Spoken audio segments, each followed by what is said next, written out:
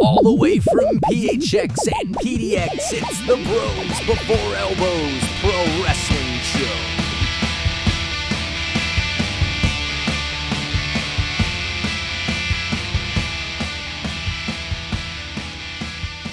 After 7 long weeks, finally,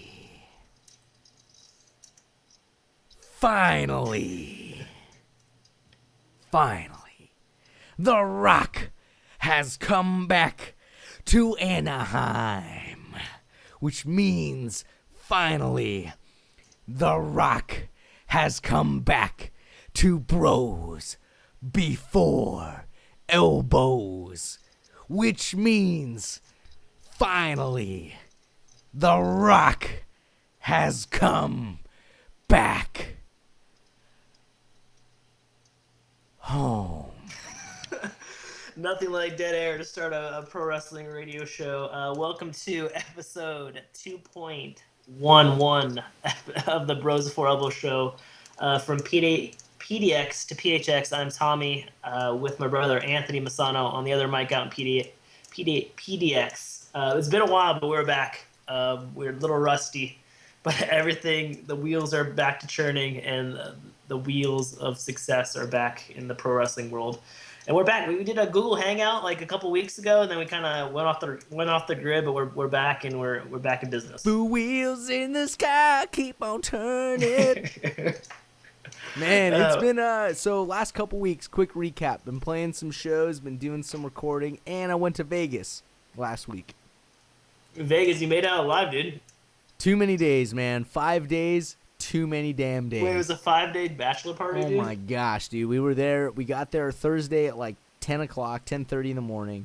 It's killer, man. And I left Monday. My flight was at 4:30 p.m. Does anyone stay behind, or is saying I was the last one to leave. Everybody else left Monday morning at like 7 a.m. So you're playing the slots in the airport? Oh my gosh, dude. I just wanted to go home. Just missing your own bed and your own space. You know, and granted, like, we stayed at the Palazzo. It was really nice. Really nice hotel. Beautiful hotel, but bed was comfy. But, man, waking up in Vegas is just like, after a couple of nights, literally, it's like, I just want to go home. It's like waking up and having a birthday party and cake and pizza every morning and, like, all your friends being there. Like, but I had a great time. Oh, for sure. Yeah, that's awesome, man. Wait, who was the bachelor party for? My buddy Ryan. Okay. Yeah, he's getting married July 4th in Woodland, Washington, at a very beautiful place. This some estate place, I think is what it's called. Something estates. I don't know, some really nice place. Okay. So how was your Memorial Day weekend? 3-day weekend, crazy Gresham, Portland shenanigans? It was good, man. I actually picked up a last-minute session, my first solo session at the studio. Mm-hmm. So it was a karaoke thing. So these guys came in and had like a karaoke tune. It was Indian music, so it's like ethnic Indian music, and they're sending the tracks to Nepal to get mixed and mastered. So I just did the tracking. So it was kind of cool, man, working for some global folks. That's cool, man. Oregon to Nepal, man, just like that with the power of the interwebs, dude. It was crazy, and it was good, man. I was super nervous. It was definitely one of those like last minute, like, hey, we need you to do this, and I was like, oh, I hope nothing blows up, like trying to run a podcast or something like that. But you know, hot damn, you didn't burn down the place, dude. I did not, man. I made some money that night, and it was great, dude. It was great. It was a good experience, dude. That's cool, man. Hey, so I'm reading our excuse me. I'm reading our little track sheet thingy here, or our recap, outline? And I'm seeing we have a new sponsor. A new sponsor, dude. A new partner to work with in the world of pro wrestling, MMA, boxing, kickboxing, whatever. We're willing to work with any energy drinks, T-shirts. We've got a new partner. Man, so this episode of the Bros Before Elbow show is brought to you by the new film. Ooh, films. Films are cool. And it's called Girl Fight, a Muay Thai story.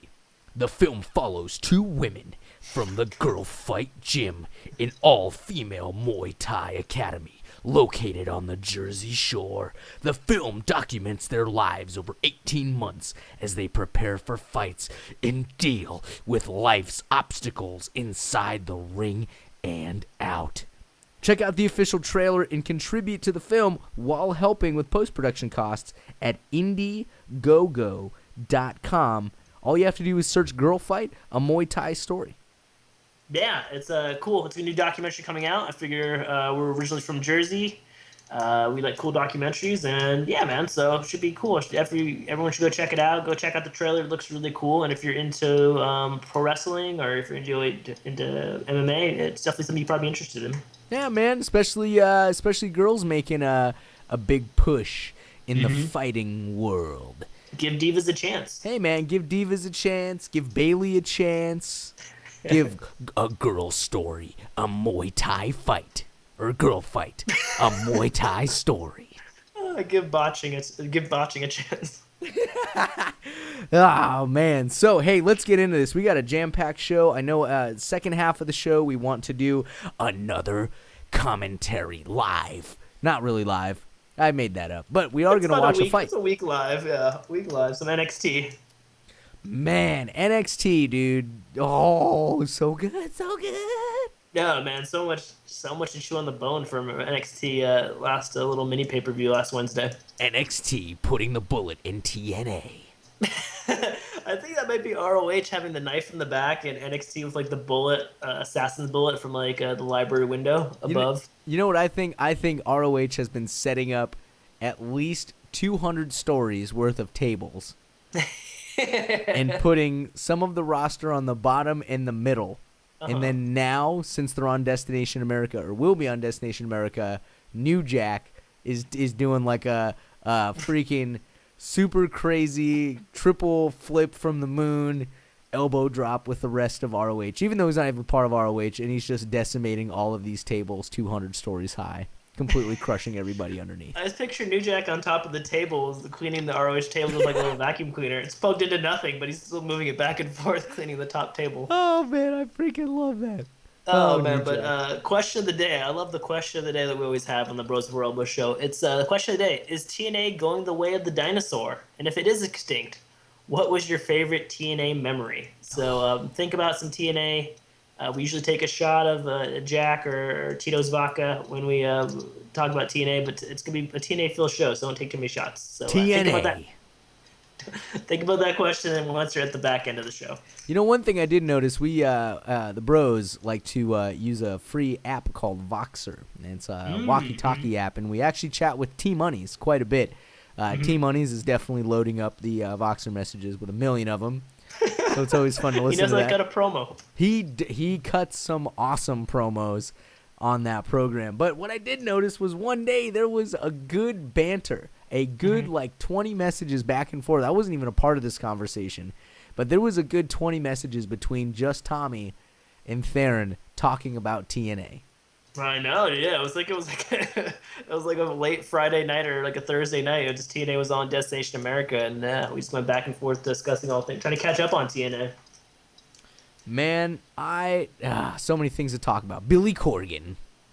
I forgot about that. Dude, Smashing Pumpkins lead singer. He's like involved in TNA now, and now the ship is sinking, dude. What the hell? Oh man, we'll see. We'll see what happens. Rumor roundup. Let's hit that, and then we'll let's hit the rumor roundup.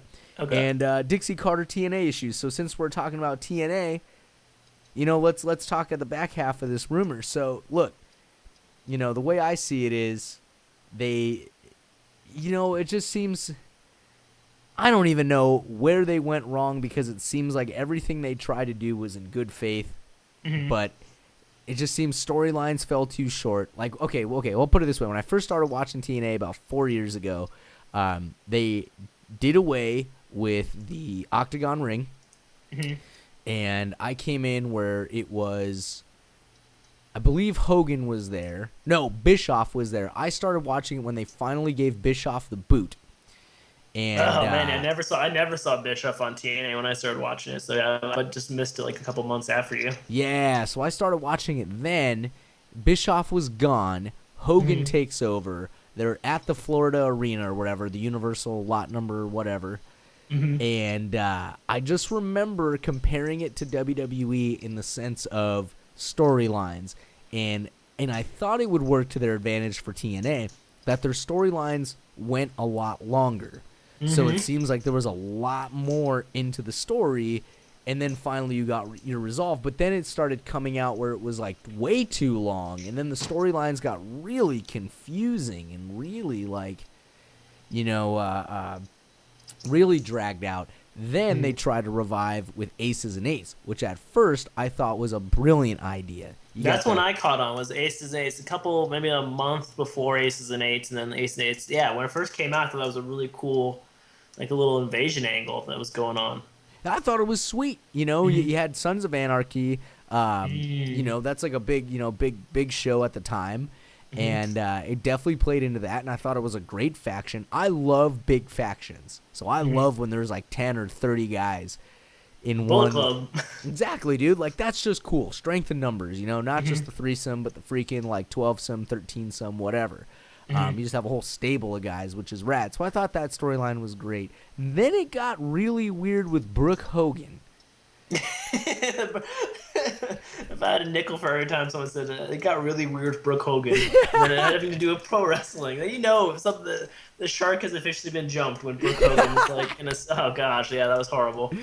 And then it just got really weird, and then Hogan, was trying to pull stuff together, and then something happened with Main Event Mafia, and then the MMA fighters got weird. Yeah, and then it just got like, but then again, they tried to revive with Gut Check. I thought Gut Check was a brilliant idea. I thought that was super cool. Pretty cool, yeah. And I thought, they had a lot of their backstage stuff. Like, I really thought there was something, but I don't know where it was not connecting with. I don't know if fans really were trying to pin it against WWE,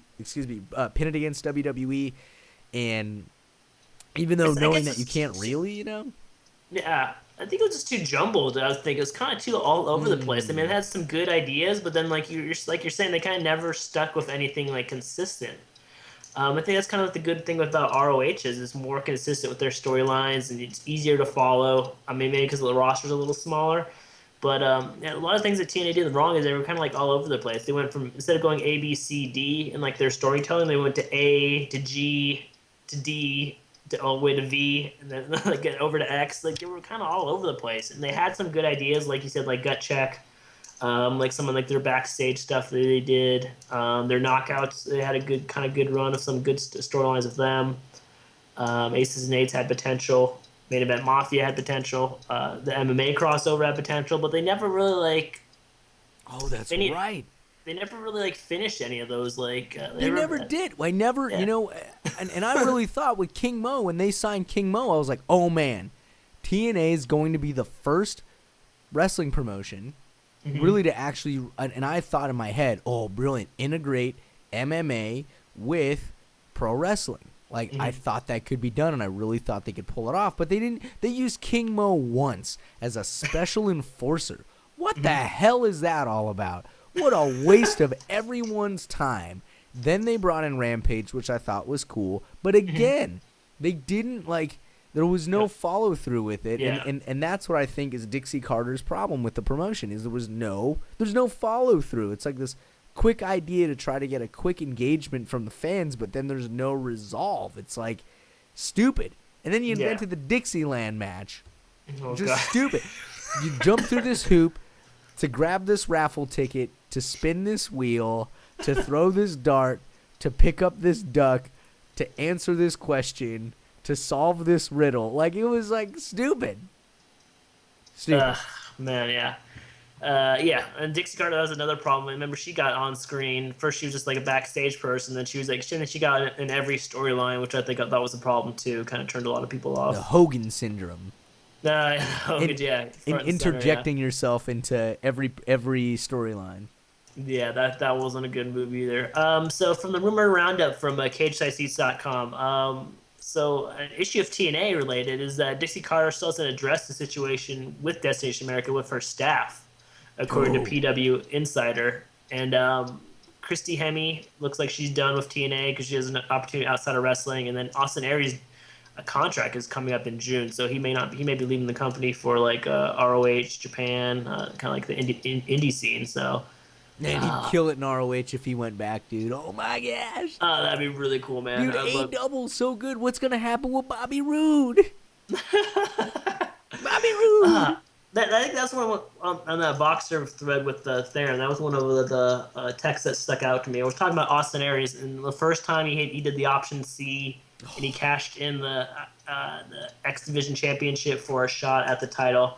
Man, he was so hot right back then, and like that summer, that July or June, whenever he did that, and then like TNA just I don't know how they botched that either. Like how he was the champion and he was a super cool face who was kind of like an asshole, but like everyone wanted to get behind him because he had that good option and stuff. And then like I don't know how they fumbled that away. Like, man, I remember the night after that happened, everyone was like talking about TNA, and I was hyped about Austin Aries. And then a couple months later, he was just like back in the bottom of the ladder, dude. It's like, what the hell? No, it's so inconsistent. That sucks. Yes.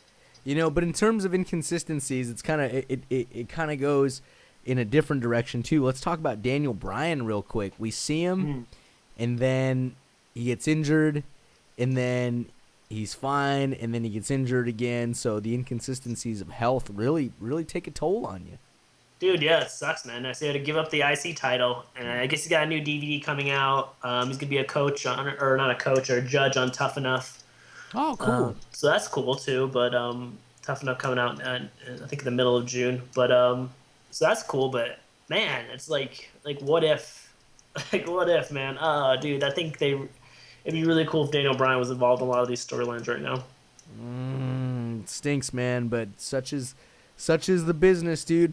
Also talking about some crazy turns. Turns out that Roman Reigns is on the fence. Oh man, they're saying rumor spoiler. I guess I don't know if not all these rumors come true, but saying he might turn heel and join the Authority at the Elimination Chamber. Oh, what? Oh, that would be crazy, dude. It'd be a boost for the Authority for sure, because all they got is Seth Rollins and like Kane. Dude, they got J&J Security. Those aren't full-time wrestlers, man. They're not going after the tag team titles. That'd be cool if they did. Yeah, it would be cool if they did. I thought that would be cool if they actually came back. Actually, what if the Authority did hold every title? That would be some crazy power, dude. That'd be cool. That means you'd have to convert Cena evil. Or have Reigns beat Cena in like an open challenge where he cheats or something. Oh, yeah. That could be pretty crazy, man. Oh man, I'd be pretty shocked if Roman Reigns turned heel. I mean, it would be a good boost for his character, though, dude. But do you think it could be just a way to like keep his character relevant? Do you think people are like falling away from Roman Reigns? I don't know, man. Was hot during WrestleMania. Like, it looks at the live shows. He looks like he gets like kind of a lot of cheers and stuff, and I think they should try to keep him a face a little longer, not pull out that heel card just yet. Dude, I think him and Dean need to be in the tag division. That's what I think. Roman Reigns and Dean Ambrose should be in the tag division? Yes. That'd be cool, man. Like a little super team. Oh, dude, everybody loves those two because it's the Shield. Mm-hmm. You know, there's the elements of the Shield are still there. We saw it at Payback. Yeah, I was gonna say, did you see the Payback where they had like the little like mini reunion where they powerbombed Orton? Oh man, that was so good. Oh man, that's crazy. Moving along here because we have a jam-packed episode. About damn time that ROH is now going to be on more channels, Destination America. Mm-hmm. And if they can do it on Destination America, then really that honestly puts a bullet in TNA. That is like, wow, these guys, from just an East Coast promotion, all of a sudden killing it on this random network. Oh my goodness. Yeah, man, it's crazy. I'm reading from the press release Destination America and Ring of Honor set out. Ring of Honor will premiere on Wednesday, June 3rd, leading into Impact Wrestling, making Destination America the home for wrestling every Wednesday evening. The first match will feature the Briscoe brothers, Mark and Jay, as they face off with the House of Truth in the main event. Also catch athletes from New Japan Wrestling battling it out with Ring of Honor stars and former NFL lineman Moose compete against BJ Whitmer. Ooh. So I mean, that's cool, man, because, that's kind of be cool to see, like, ROH, like, in your cable or satellite guide. Check with your local cable provider. But if you need DirecTV, call T-Monies. Yes, give out their email address. Was that a sneeze or a cough? Ah, that was a cough. I'm getting over. I lost my voice when I came back from Vegas, so I'm slowly getting it back. Vinny Vegas. Oh man, wasn't that like a week ago? You still have your voice shot?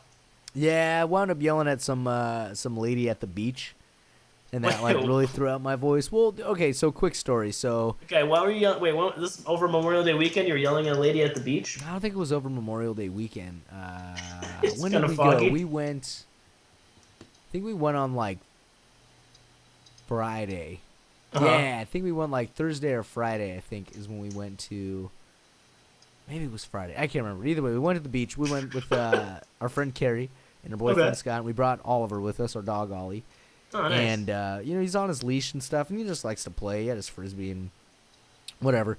And we're walking on the beach, and from like 50 yards away, this Labrador Retriever is just booking it towards us, just full speed. Like, what the hell's going on? Dog has its leash on or whatever, and just beelines it for Ollie.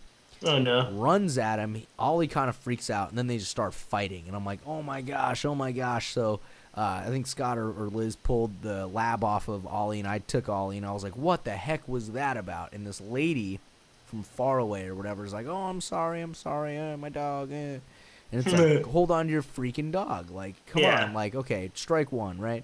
So either way, we're on the beach. We're playing with Ollie, throwing the frisbee, and he's. Wait, there's a strike two? There is a strike two. This is where I yelled. Oh, gotcha. And we're playing with the dog, and the lady is near the entrance of where we parked. So we have to go that way in order to get back to our car. And Ollie's tired, and we're all tired, and whatever, and we're just gonna go to like a different beach or go somewhere else. And the dog is off the leash, the lab. And as we're walking up, again, from like 30 yards away, this freaking dog is beelining it towards Ollie. Scott sees it and is like, oh, man. So he tries to step in front of the dog. The dog, goes past him, jukes him, and then again just starts attacking Ollie. And I lose it. I absolutely lose my mind. I'm yelling at this lady going, put your effing dog on a leash. Are you effing kidding me? Are you effing kidding me? This is 2 times now. You're a terrible pet owner. Yeah. F you. I can't effing believe this. And I was screaming at the top of my lungs, and this lady was just like, I don't even know what her expression was. I don't even give a crap about this lady. Like, she pisses me off. It's like, come on, if you're gonna be a pet owner, be a responsible pet owner. That's my message during this podcast. If you're gonna own a pet, right? And I don't know if your pet's friendly or not, right? I don't know if your dog is the coolest dog on the planet or if your dog's an asshole. Like, I don't know that. This dog was clearly an asshole. This clearly was. And it cheeses me off because it's like nobody knows that, right? Like, if your dog bit me, then your dog goes down. And that sucks. Yeah, Nobody wants to lose a best friend like that. So if you're going to own a pet, be responsible. Keep it on a freaking leash. If you know you're going to go in public places like the beach or wherever, know how your dog reacts, and don't block the freaking entrance, and just keep an eye on your freaking pet. Like, don't even put yourself in a position to where you could hurt other people. If you think about it this way, it's like if you were a human, right, and you're just walking, and all of a sudden some dude or whomever, some chick is running at you from 30 yards away, beelining at you. How do you think you're gonna react?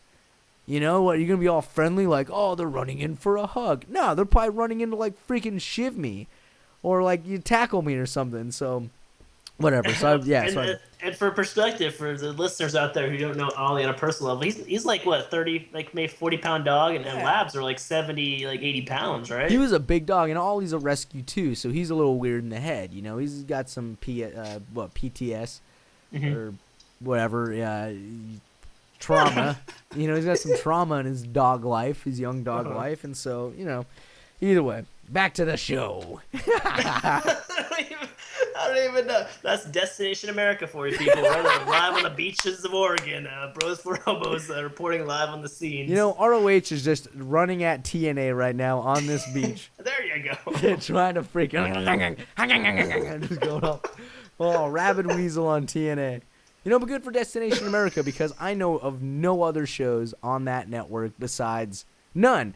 I don't even know any shows that they have on there. So it's cool they got TNA. It's great they're bringing in ROH. ROH, hey, hats off to you. I've been watching your product for a couple years now, and I love it. Ever since, and I got to hand it to you, Tommy, ever since you sent me that article about Mr. Wrestling, Kevin Steen. Kevin Steen, dude, yeah. That's when I started watching ROH, and that's when I fell so deeply in love with it.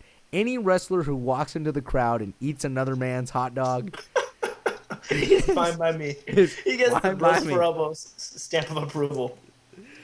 Oh, I hope that happens. I hope Kevin Owens in the WWE goes into the crowd and eats somebody's food. A cheese pizza, a slice of cheese pizza. I would love that. I would absolutely lose my mind. I would wear nothing but Kevin Owens gear the rest of my life. What do you think about when you heard that Kevin Owens made his Raw debut and he challenged John Cena in the open challenge? Oh, dude, it was so good. That was so exciting. It was so dude, it was so good. I'm freaking out, dude. All this pent up energy because he made a point. He made a freaking point. John Cena was like, let me give you some veteran advice. And Kevin Owens is like, no, dude, I've been doing this longer than you. I just happen to get my break now. You got your break a long time ago, so you don't give me advice. Yeah. So I think it's perfect, dude. The ultimate push, they are pushing Kevin Owens to the moon, and he deserves it because he can cut promos. He can wrestle like no other. And he just has this, like the article said, you get this kind of like overweight looking dude. Is he a wrestler? Is he not really a wrestler? But man, can he perform? Yeah, he's like good at everything. So well rounded, and man, that was like the perfect debut. Kevin Owens versus John Cena, and he's getting his first pay-per-view matches versus John Cena. That's crazy. I can't think of another rookie. He's still, I guess he's still like an NXT WB rookie that gets like a push like that so fast, which is really cool. Like you said, he deserves it. And man, from the humble beginnings to Elimination Chamber this Sunday. Oh, cool. Man. Let's go over the Raw recap real quick here and kind of see what's up. So I got to say, I'm now actually watching Raw on Hulu Plus. Hulu Plus push. Where's that Hulu Plus sponsorship for the Global show? Hulu Plus, so it's only an hour and a half show, and they condense it specifically for Hulu Plus. But I do like the fact that the show goes up a day after Raw. It might even go on right after. I don't know, but I checked on Tuesday. That's really cool. But it's great because it shows me the most relevant storyline. So instead of not saying that I don't like reading news on Cage Side Seats, I love Cage Side Seats. But now I've got another way that I can watch and kind of see some of the promos and some of the good stuff instead of just watching in case you missed Raw. Here it is. So I thought that was really cool. So Hulu Plus, you got my stamp of approval. WWE Network, I'm still pissed off that you don't show your full episodes, but whatever, that's neither here nor there. Shout out to that stupid Labrador on the beach. Yeah, crosshairs. What a dick. Haven't you had Hulu Plus for the duration of this podcast? I have, and I just have not watched Raw because I didn't know, dude. You know what? I really thought like, oh, Hulu Plus is just gonna have Raw like from 8 years ago. They're gonna have Raw from 1935 or something, and I'm like, I don't want to watch that. That's funny, man. It's not Daredevil's not on Hulu Plus. What else is on Hulu Plus, real quick, for if you're trying to sell me it besides Raw? I tell you the truth, Superstars. Superstars? I think so. I think they still film That's your big elevator speech for Hulu Plus Superstars? I don't know, dude. All I watch is Raw on Hulu Plus. I want to know. I know it's like a lot of people have like Hulu and Hulu Plus, but I've never like really looked into it. They have like some like, shows. Like Netflix has like House of Cards, Orange is the New Black, Daredevil. Oh, I have no idea if Hulu Plus has their own originals. That I don't know. Cooking with Zack Ryder. You're just making up shows that I'd watch. Cooking with Zack Ryder. So Raw recap. A lot of authority talking in the ring. Then they made a match between Dean Ambrose and Roman Reigns, matched up with Seth Rollins versus Kane. It's kind of a SmackDown kind of a match, but Dean Ambrose and Roman Reigns win. Ambrose wins via roll-up. It was a roll-up? It was a backslide. I think it was a roll-up. Yeah, it was like a backslide. You know, but it was good. It was roll-up-esque.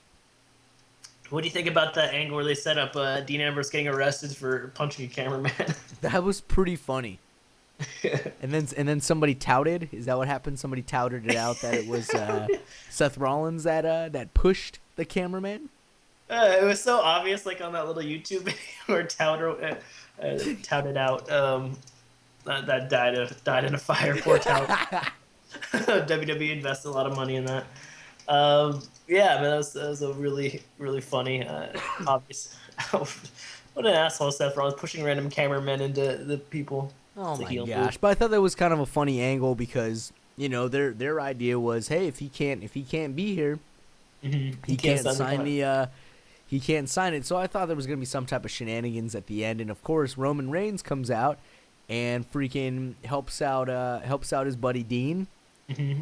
And freaking, maybe this could play into Roman Reigns turning heel. What if Dean's two brothers do turn against him? What happens to Dean?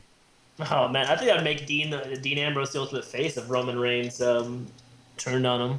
Oh man, half of the Shield and the Authority, and you have this one lone wolf. American Wolf. That's freaking crazy, dude. That's crazy. I thought that match though, that main event that happened at the beginning of the show was pretty cool. I thought that was pretty rad. Yeah. Rusev versus R-Truth. What about the Rusev and Lana breaking up? Good. Good. Oh, come on. You don't want to see that love affair go. The Russian power, man. Dude, that gave him so much heat, though, dude. That gave him so much heat, and he kind of needs that. Like, you got your ass beat by Cena 5 times now, which is old. This is seriously, if they give us another Cena Rusev match, it's going on the caliber of Orton versus Sheamus.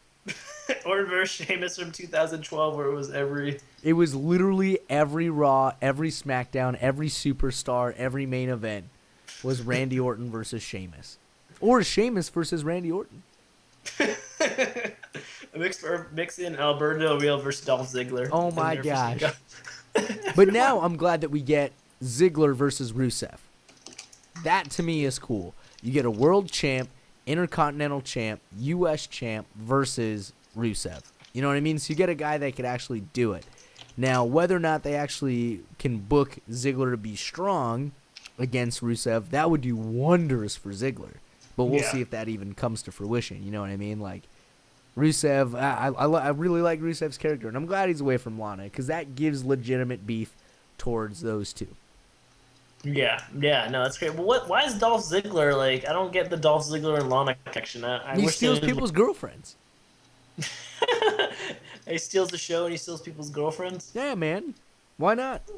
Sure, okay, I could buy that. Dude, he can't fight Sheamus forever. You know what I mean? Yeah, like, true, yeah. Ziggler and Sheamus turning into another Orton and Sheamus. Why does it always involve Sheamus? Because that's like, he's good enough to where you can fight 10 times, but then it's like, man, you fought him 10 times. This is ridiculous. They should just do Rusev and Sheamus. I think they're going to do the Ryback versus King Barrett. I think they're going to bury that into the ground by putting that on Superstars and Sunday Night Heat over and over again. Oh, God. When did King of the Ring happen? It was like so underpromoted and like undersold. It was just like they did it like on. It was only 8 men, and they did one on Raw. They did like 4 matches on Raw, and then they did like the 4 matches on the network the Tuesday night afterwards. So it wasn't even a pay-per-view. No, it just did it like randomly. They didn't even like promote it. I think it was after Extreme Rules or after Payback, or it was after one of the pay-per-views, I want to say. But yeah, they didn't even promote it until like the morning of. It was just like really like weird of the WWE to kind of like burn that away when it could have been really cool. Yeah, because all of a sudden I'm like, who the hell is King Barrett? Like, I know who he is, but why did he all of a sudden just like, oh, wait a second, there was King of the Ring. Wait a second, there was King of the Ring? Exactly. When the heck did that happen? Yeah, I think it was Barrett versus Neville in the finals, but yeah, super weird. I didn't get that, and there's kind of like, I guess just give Barrett a push was the idea behind that. I don't know. What do you do with Barrett? Fight Sheamus or Randy Orton. That's now Ryback. He's in the Intercontinental Elimination Pod Chamber thing. So was R-Truth. So it was little Jimmy then. I don't get it, dude. I just don't get what the hell they're doing. Dixie Carter's running the freaking creative on that. She's got the books. Are you gonna see the Entourage movie? Did you ever watch the Entourage show? I've I have no never idea what the hell. seen one single episode of Entourage. I know there's a character named Turtle, right? Yes, there is. Yeah, That's Turtle, all I know. Johnny Drama, the agent, whatever the hell his name is. Yeah, I've seen like half an episode, one time like in a hotel room, HBO. And it just never. I guess it's supposed to be funny. I never got it, but they're fans of Zack Ryder. Hey man, Long Island Ice Z gets his U.S. Championship title against the man that stole his woman. Really, that's talking about a TNA storyline, the 3-year storyline build.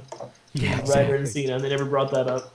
You know, I am proud of this. One, I was gonna call him Ziggler. Ryder hits the broski boot.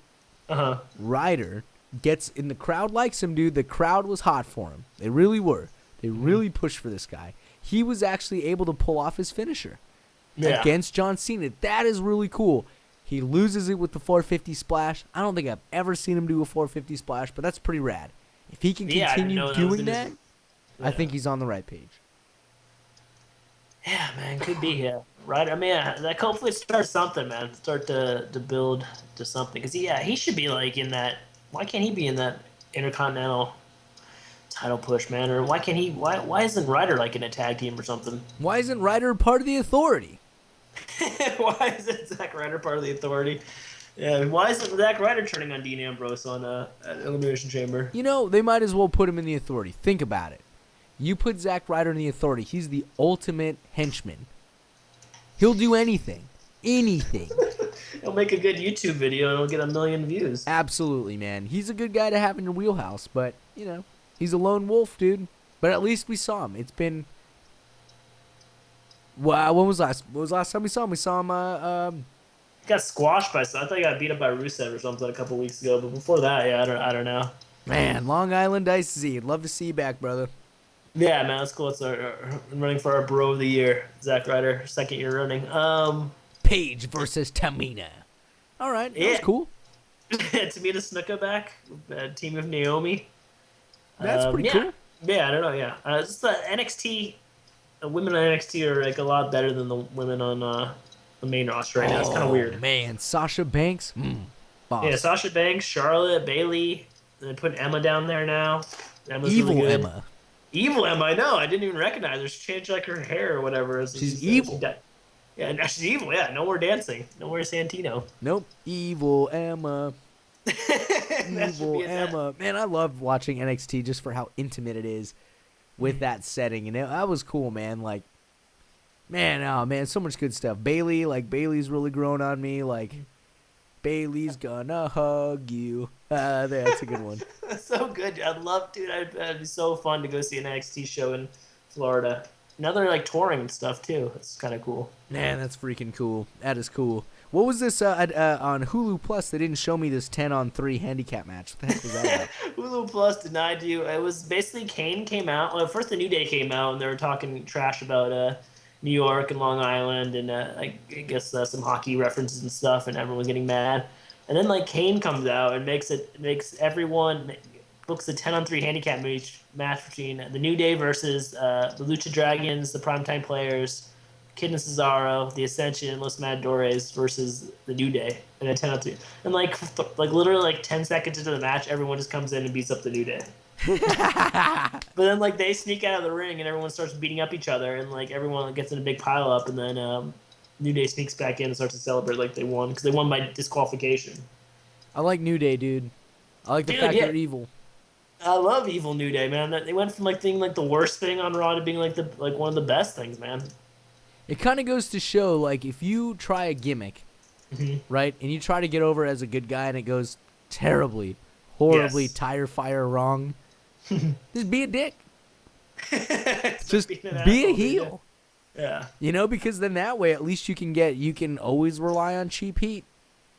You know, you can always rely on something to, like, try to get you over, but, you know, I don't know. I guess I guess it's kind of it doesn't always work for everybody because King Barrett's kind of a heel, but I don't know.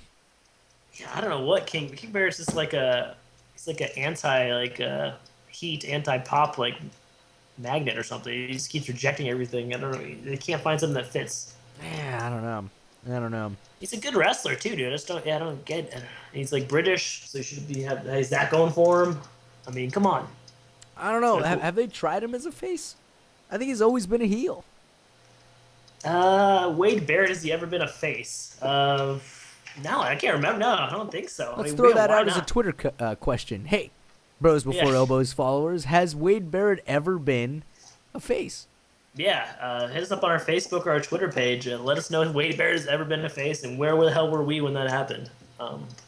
Yeah, I think they should try that, man. I mean, if this King thing doesn't work out, try Wade Barrett as a face. Why not, dude? Crazy. And then they ended Raw with whatchamacallit? Dean Ambrose invading on the paddy wagon. That is correct. Why was he wearing a uniform though? He stole. So did he steal the police car? Did he bribe someone to get the police car? He's so friendly, man. He probably asked for it. Said, "Hey, give me your uniform," and they said, "All right." He had two nightsticks. Yeah. One on his pocket and one holding it. Yeah. That was cool, man. That was cool. So yeah, man, that was a cool little moment for Dean Ambrose. Dean Ambrose going from losing a lot to Bray Wyatt and Seth Rollins, losing losing 10 matches in a row. It felt like to now he's in the main event scene at least. Hey, that's cool. Hey, he's fighting for the title, so we'll see what happens at Elimination Chamber in 2 days, 5 days, 3 days. Sunday, whatever. I don't know what day. Yeah, you get one Monday off, and I'm totally off on my days the whole rest of the week. So old man problems over here in Phoenix. Yeah, I think they're slowly building to that Shield triple threat someday in the future. Well, let's see what happens. First, though, let's take a break, and then when we get back, we're gonna try to queue up our WWE Network here, and. Well, actually, what we're going to do is we're going to take a break. We're going to come back, talk about Elimination Chamber picks and previews, and we'll jot that down. And then we're going to jump into the NXT Takeover Unstoppable main event, where Tommy and I will commentate on Kevin Owens versus Sami Zayn. And Rhino. No, I'm kidding. There's no Rhino run-ins. All right, we'll be right back. Thanks for listening to the Bros Before Elbows Pro Wrestling Show. You can find us on the web at www.brosbefore4elbows.com, and of course that links to our other social media sites. Just search Bros Before 4 Elbows on YouTube, Facebook, Twitter, and iTunes. Have thoughts, opinions, or input? Reach out and tag in. Thanks for listening, and now back to the show. Yeah, the podcast has gone off the rails thanks to Periscope. This technology has gotten pretty bonkalicious, dude. Yeah, I should counter-program your Periscope, my own Periscope. Aren't you too old? No one's too old for WWE. Are you too old to watch movies? You too old to read books? Too old to like stories? That's like saying I don't like music that I liked when I was a kid anymore. No, you always like it. Either way, whatever. Maybe you'll like WWE after watching the podcast or the show. All right, we are back in the game, and we're gonna hit the play button here in 5, 4, 3. Make sure you have your WWE Network set up. 2, 1. Sami Zayn is in the corner. Welcome back to the Bros Before Elbows show. We were watching Owens versus Zayn 2 from NXT Takeover Unstoppable last weekend, and Zayn is in the ring. Me and Anthony are on the mic. Yes, Kevin Owens is about to make his entrance. This is Kevin Owens' 5th match in NXT. He is the NXT champion, sporting a Champ is Here John Cena U.S. title. So he has gone to the next realm of beefing. Where do you get that? And what happened to the sleeves? He cut those sleeves off himself? He ripped them off with his teeth because he's Kevin Owens and he's crazy. I dig the NXT belt, man. I dig it more than probably the U.S. title, and definitely more than the tag titles. Oh man, I'm a fan of how that belt looks, dude. It looks good. Mm-hmm. I think it looks good. I wish it was more. I got to say the style of the U.S. champ belt is really cool. Same with the WWE championship belt.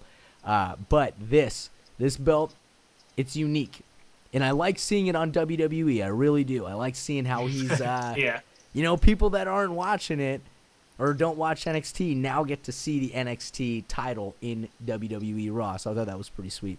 So right now we have the announcement between the two. Sami Zayn has this look on his face as if he is totally ready for this match, and he has just got this pent-up anger. Kevin Owens is, he knows what he's in for. I mean, he's fought this guy numerous times. Yeah, Zayn, a serious Zayn, dude. Not the happy-go-lucky skanking, listen to ska, listen to Bouncing Souls. No Sami voodoo Zayn. glow skulls here. Close. Oh man, yeah, serious Zayn. He's coming in injured. Remember, he got injured against John Cena in the Open Challenge match on Raw when his hometown in Montreal. He came out and he got injured. He injured his shoulder, so he's coming into this match injured against his former friend Kevin Owens. He is, and we'll see how he either protects that shoulder or what he's gonna do to try to, really try to get as much as he can out of this match. Kevin Owens is fresh. Kevin Owens is not injured. Kevin Owens does not give his shirt to anybody. Oh, he faked the throw and threw it. That's a heel move there. Always a heel move. Maybe he's gonna eat someone's hot dog in the audience. I would love to see that.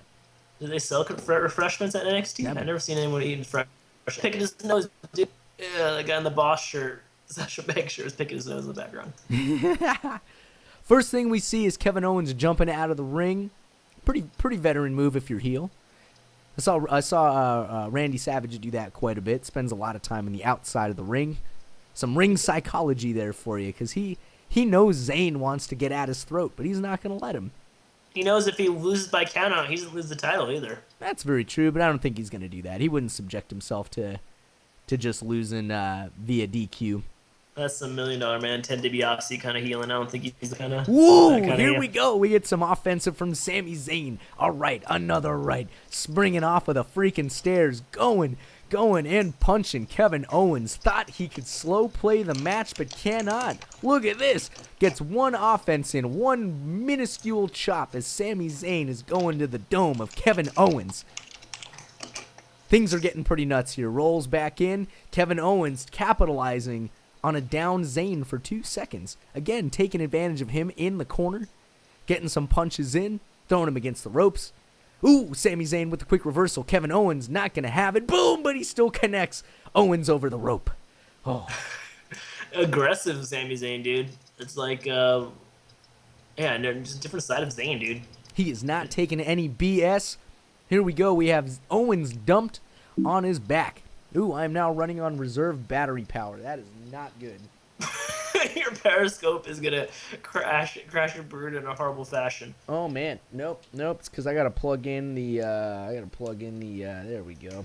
Now I'm plugged in. I am back in the game. Multitasking. Zayn, dude, just working over Owens. He's doing some of Owens' moves, just getting down and dirty. The high flyers, just throwing a lot of punches. What does the ref got to do at this point? He's like, hey man, you guys need to come back into this ring. You guys are fighting way too long in the outside. Slowest 10 count ever. Yeah, exactly. Slowest 10 count ever. Kevin Owens working the back of Sami Zayn. Again, tossing him to the outside of the ring. There's a guy in the front row of NXT dressed as a ref. That's awesome. That's really cool. That's really funny. Here we go. Kevin Owens on the ground. This is what I like. This is some old school ROH action where you see a lot of your battles on the outside of the ring. These two have such a good dynamic when it comes to being outside of the ring versus inside of the ring. And that's a level of excitement that you don't normally see. No, I mean, Zayn can fight anywhere. He's proven that he can fight a dirty fight. He can fight a high-flying fight, a submission fight. Assigned to Zayn, they say, I want his belt back. Dude, you know how long he worked for that NXT title and just to lose it? Oh. One of his first title offenses to his arch rival? That's a bitter Well, he thought it was his best friend. Yeah. Right? Oh, that was just a punch against the jaw. Oh, my gosh. True, man. He was put in a position where he had to fight his best friend, and his best friend has taken him out, and now has the title. And Sami Zayn, I wouldn't say is put on the back burner, of course, working an injury here, but here we go. This is where it gets crazy exciting. Oh my goodness. A kick to the midsection. Oh my God, it's going to be a package pile driver. Oh my God, it's going to be a powerbomb. No, it's not. It's going to be some hits to the head. They're in the crowd, dude. They're hanging on the rails, jumping over. Oh my gosh.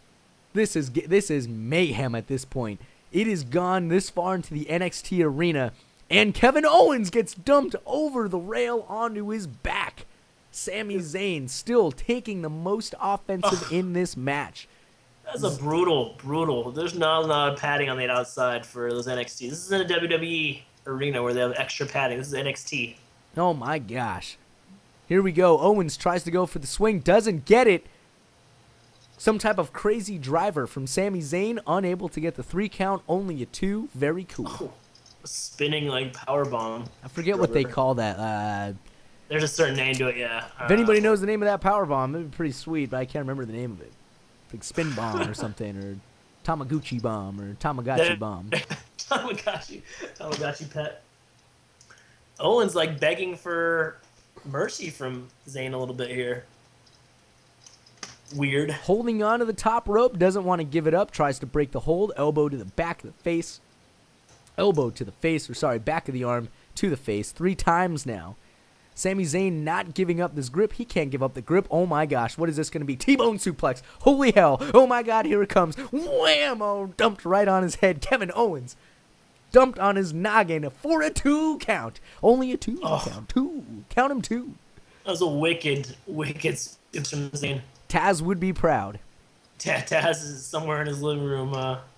Oh my gosh, that looks devastating. You know, I'm hoping, and I know it would never happen, that we see a package pile driver at some point in Kevin Owens' career in WWE. They gotta say that for like WrestleMania or something. Oh dude. my like, gosh. Bust that out. Crowd would go nuts. Boom! Here we go. Oh, but it was a reversal, a last-minute reversal. It was going to be a spinning tornado DDT off the top rope. Kevin Owens, and we'll see it here in the replay here real quick. He actually turns it into a backbreaker. Yeah, that's like a last-second move, desperation move for Owens because first like 7 or 8 minutes of offense is all Sami Zayn. That's very true. Maybe he took that backbreaker from the book of Roderick Strong. Oh no, he missed the tumble. Misses the cannonball, goes for the T-bone in the corner. I love those moves. Those are ROH moves. Dumping a man in the turnbuckle. Dude, but Zayn showing all different kind of suplexes. He is going bonkers. Goes for the haluva kick. Could not get it. Kevin Owens. Going for another strike. Holy hell, another T-bone. Another T-bone. This is 3. This is number 3. Suplex City is happening right here. NXT, Sami Zayn with the strong offense. Nope, can't go. Oh! Suplex duplex. Oh my gosh, that is it. All of that offense, all of that energy extinguished. All at the fate of an apron powerbomb delivered by one Kevin Owens. A perfectly timed pop-up powerbomb. Zayn getting a little reckless there. Boom! Had his opening and hit. Let's see on the replay. It was all apron on Zayn's back and right shoulder. Right on the spine. Oh, this is where it gets brutal. This is nuts. Kevin Owens crawling back into the ring, taking a little bit of a breather. Two officials looking at Sami Zayn, who hasn't moved since he took that power bomb. But before that, and Zayn had all the offense, but now quick turn of fortunes in favor of the champion Kevin Owens. Crazy. Stomping on him, hitting him in the head. Kevin Owens is not going to let Sami Zayn stay on the ground. He wants blood. Once Kevin Owens knows that he's got you down, he's going to capitalize. He's going to mess with your head and slow you down. All it takes is one move. This proves during this match that all it takes is one powerful move from Kevin Owens and you're out, even if you dominate the offensive throughout the entire match. It took 3 officials to get Owens off of Zayn, and he still went back for more, and he still got a kick in. Even as the refs are grabbing his arm, he's still kicking Zayn. And Owens just out for blood. He knows at this point if he can completely take out Sami Zayn, he has no one to worry about. Well, why haven't they stopped the match, though? There's 3 officials, there's a medical doctor out there, and Owens is still beating on Zayn. And why haven't they stopped the match yet? Maybe Zayn is telling him, I can't stop this match. I can't stop this match. I've been fighting and fighting to get this match, and now I get my match, and takes a kick to the back of the skull.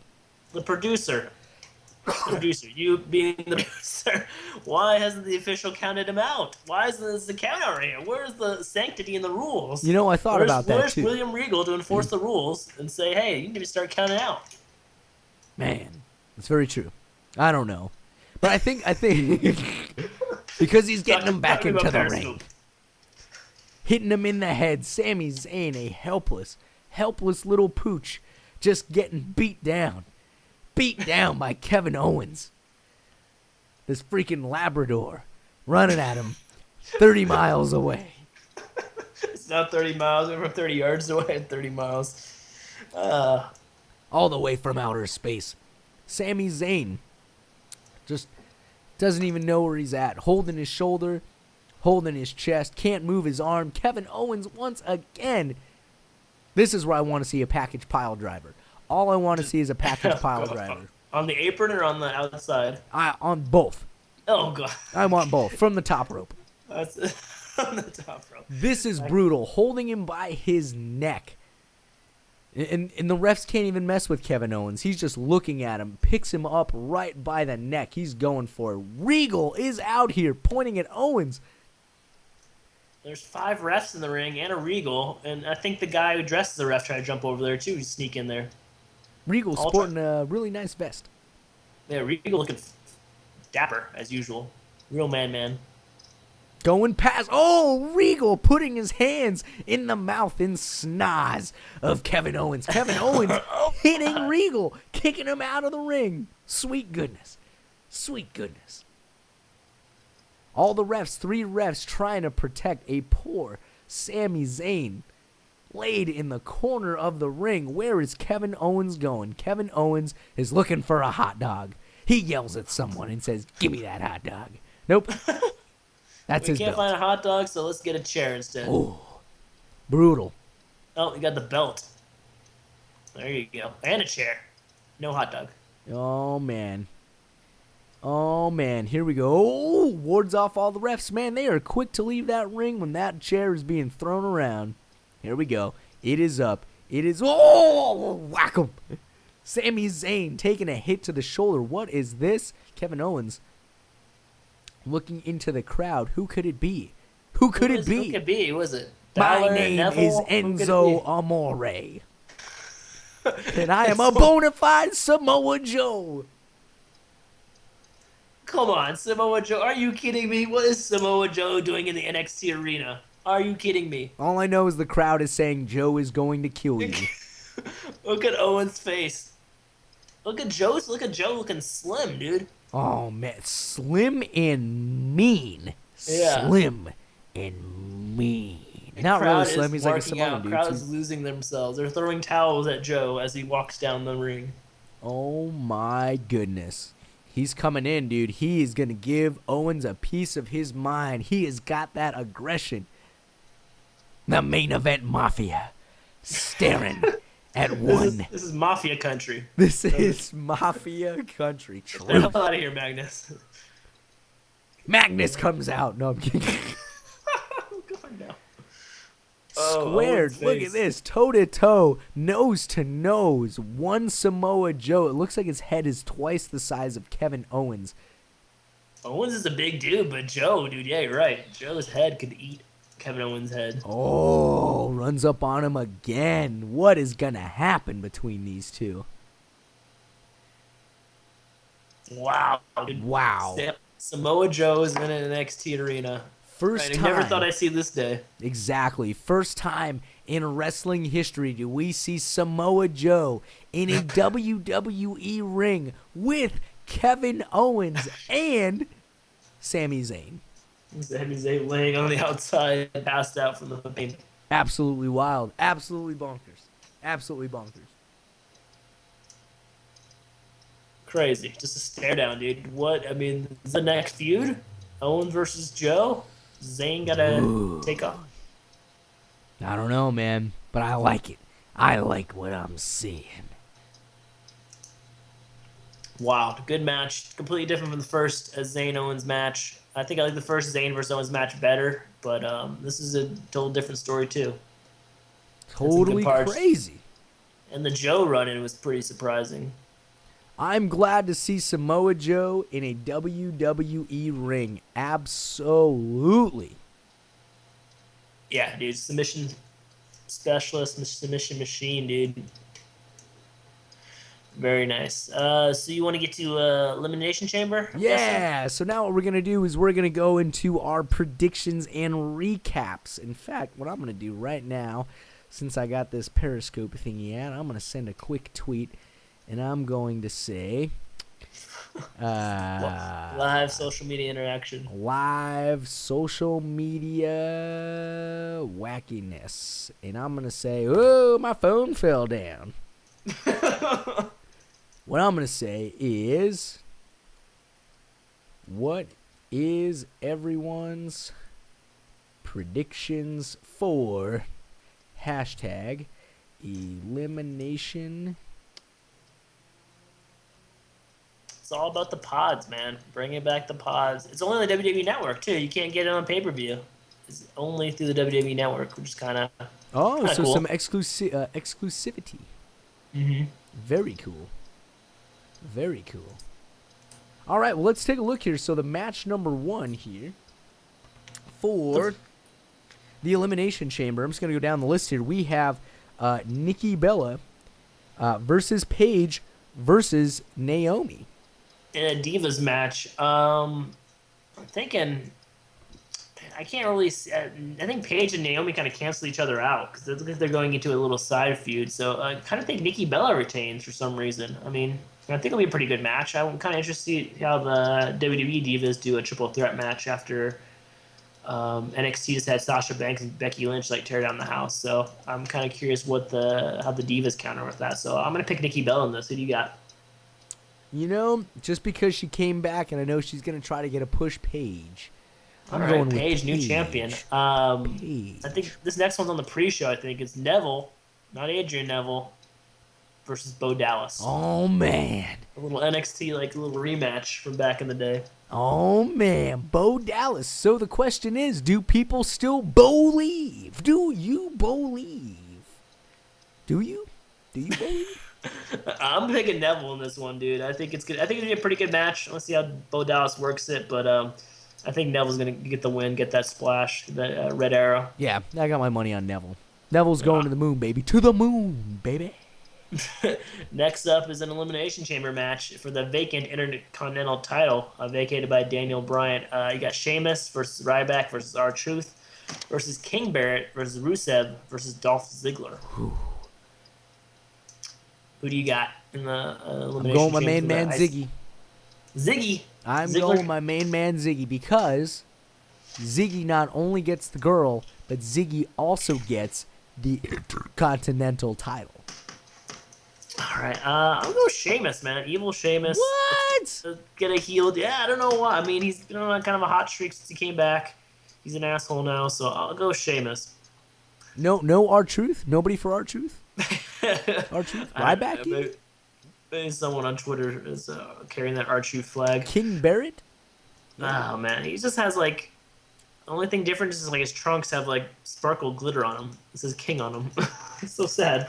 You know, I just had a random thought. How cool would it be to see King Barrett versus Mark Henry? Why? Why not? I don't know. Okay, I would root for Mark Henry in that one, but that'd be a good feud. It could be a good. If Barrett ever becomes a face, maybe then you can enter the House of Pain with Mark Henry. I don't know. I just think that could be kind of a cool feud. Maybe to put Barrett back on the map. I don't know. Next up, speaking of back on the map, you got the tag team title holders in the New Day, Big E and Kofi versus the Lucha Dragons, versus Tyson Kidd and Cesaro versus the Primetime Player versus the Ascension versus Los Matadores in an Elimination Chamber tag team title match, the first ever Elimination Chamber tag team match. But I think the New Day is going to win, even if it is 2 on 5 other teams. I think the New Day is going to pull it out because they've had a good tag push and they just won it at the 2 pay-per-views ago. So I'm going to go with the New Day in this one. Xavier Woods can't interfere though. I know. So it's kind of. I mean, can he sneak into the pods? Sneak into the Elimination Chamber somehow? I don't think so. He'll try. Mm-hmm. But I I'm want to going see him try, so I'm kind of rooting for that. New Day loses. No! They lose to the Brass Ring Club. Oh, there you go. Kid and Cesaro. I mean, I can see them ping-ponging that title back and forth. I wouldn't mind that. Heck yeah. Next up, the co-main event, U.S. title getting some prestige here. John Cena versus Kevin Owens. Now, it isn't actually for the U.S. title. The John Cena versus Kevin Owens match is just a singles bout, so there is no exchange of titles. However, that would be pretty funny if John Cena wins and takes the NXT Championship title. He takes the NXT Open Challenge down to Florida every week. He lives in Tampa, I think. Oh, that'd be pretty cool. I have my money on Owens. Oh, how is he going to upset? I have my 15 years. 15 years versus what? 12? Yeah, well, 12 in the WWE though, dude. So man, that kind of counts for something. I don't know. John Cena's getting a renewed push with this U.S. Open Challenge that everyone loves. So I think it's brilliant. I love this Open Challenge. I love that the U.S. title has skyrocketed. It has gone from the bottom of the barrel all the way to the top. The cream rises to the top. As Macho Man says, yeah. Hey, man. Awesome. If you got Owens, I got Cena, man. I don't think I'd love to see Owens win, but I don't see how. I mean, unless there's some interference, maybe. But maybe sets up John Cena's next feud because I don't know how long he could feud with Owens. But yeah, I'm excited. I'm really stoked for that match to see Owens and Cena work together in a match. So, but I'll take Cena in this one. I don't know, man. Either way, it's going to be a gunfight, and it's going to be sick. There's going to be a lot of power bombs, a lot of AAs, maybe in a package pile driver, dude. Oh, God, that'd be crazy, dude. The internet would melt on itself if that happened. Oh, man, it'd be so sick. And then we have our final main event, Seth Rollins versus Dean Ambrose. Versus Ollie. Ollie runs in. Yeah, he's barking. Quit barking, Bubba. Who you barking? Oh, man. Who you barking at, Bubba? So I think I gotta take Seth Rollins in this, man. I'm interested to see how they book it, but I think it's gonna be Seth Rollins. I think he's in the title for the long haul. Maybe sets up a Dean Ambrose winning the Money in the Bank next month, but no, it's not in the chamber, right? So there's no like cage or anything around them. Yeah, I don't know what they're doing with that. I don't. Not too sure. They didn't really mention anything on Raw, so I'm assuming it's just a straight up singles match. So, I mean, Dean Ambrose got to overcome the Authority by himself. I don't know. Let's see how that's going to happen. Unless, it would be crazy if he does take the title, though, dude. It really would. That would throw such a curveball. But who knows? WWE's been known to do some wacky stuff. That'd be a really good curveball. That'd be kind of crazy. But so who's your official pick? You got Ambrose or Rollins? I want to see a curveball, dude. I want to see some Ambrose action. Oh my God! I want to see some Ambrose. You picked Ambrose, Page, and Owens. Yeah, is a lot of going. You're rolling the dice, dude. Like you're still in Vegas. No, man, I lost my money in Vegas. That's awesome, man. Yeah, man. So jam-packed show, dude. Hey, we got to answer this question of the day. Oh gosh, there's still a question of the day. I thought something. Question of the day. Yeah. Is TNA going the way of the dinosaur? And if so, what was your favorite TNA memory? TNA memory? My favorite TNA memory was, honestly, the fact that they went to Grand Canyon University and had Bound for Glory at that place. You went to that pay-per-view, Tommy.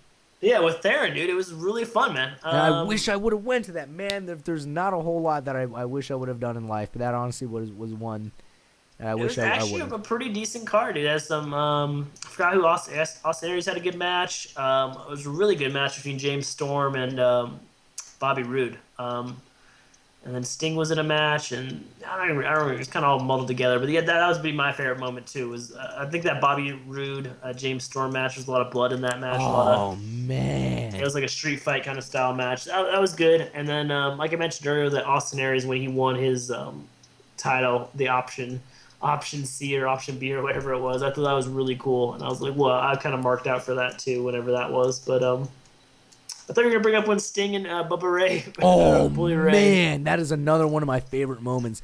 If you get a chance, download or watch or stream whatever. If you can get your hands on it, maybe it's rare books now. Who knows? Maybe TNA has gone the way of the ancient fossil at this point. But watch the match between Sting and Bully Ray. It will blow your mind. Bound for Glory. Was it the same year? I don't think it was the same year. It was a different year. But the fact Yeah.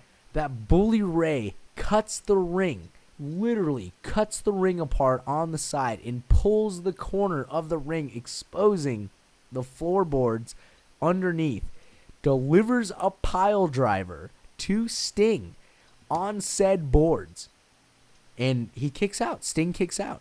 Sting delivers a Stinger death drop to Bully Ray on the freaking wood. I lost it. I marked out. My marbles went everywhere. It was crazy. So that would definitely be another one of my favorite moments. No, man, yeah, really cool. So, man, it's kind of bittersweet that if TNA kind of goes away, I haven't caught up with it, but it produced some good memories for sure. Man, best of luck to them. Best of luck to all the wrestlers and all the talent in TNA. I wish them the best. I hope that they all find good homes for their talent.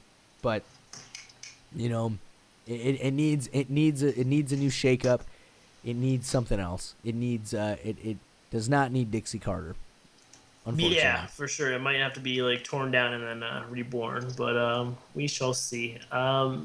Speaking of, I'll do the sponsor plug real quick. New sponsor for the show. Great new sponsor. This episode of the Bros Before Elbow Show was sponsored by the new documentary, Girl Fight, a Muay Thai story. The film follows two women from the Girl Fight Gym, an all-female Muay Thai academy located on the Jersey Shore. The film documents their lives over 18 months as they prepare for fights and deal with life's obstacles inside the ring and out. Check out the official trailer and contribute to the film while helping with the post-production costs at Indiegogo.com.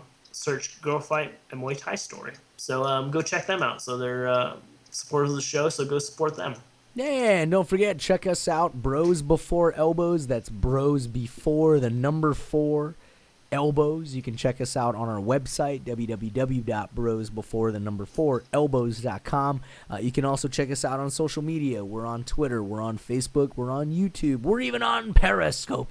I'm freaking out because this is live. Crazy stuff. Holy crap. Woo! Shoot us a comment, shoot us a like, subscribe to us on iTunes, all that good stuff. Great show. Great to be back. Great to be back in the seat. Back in the seat, back at the producer's chair, and I think you're turning face over.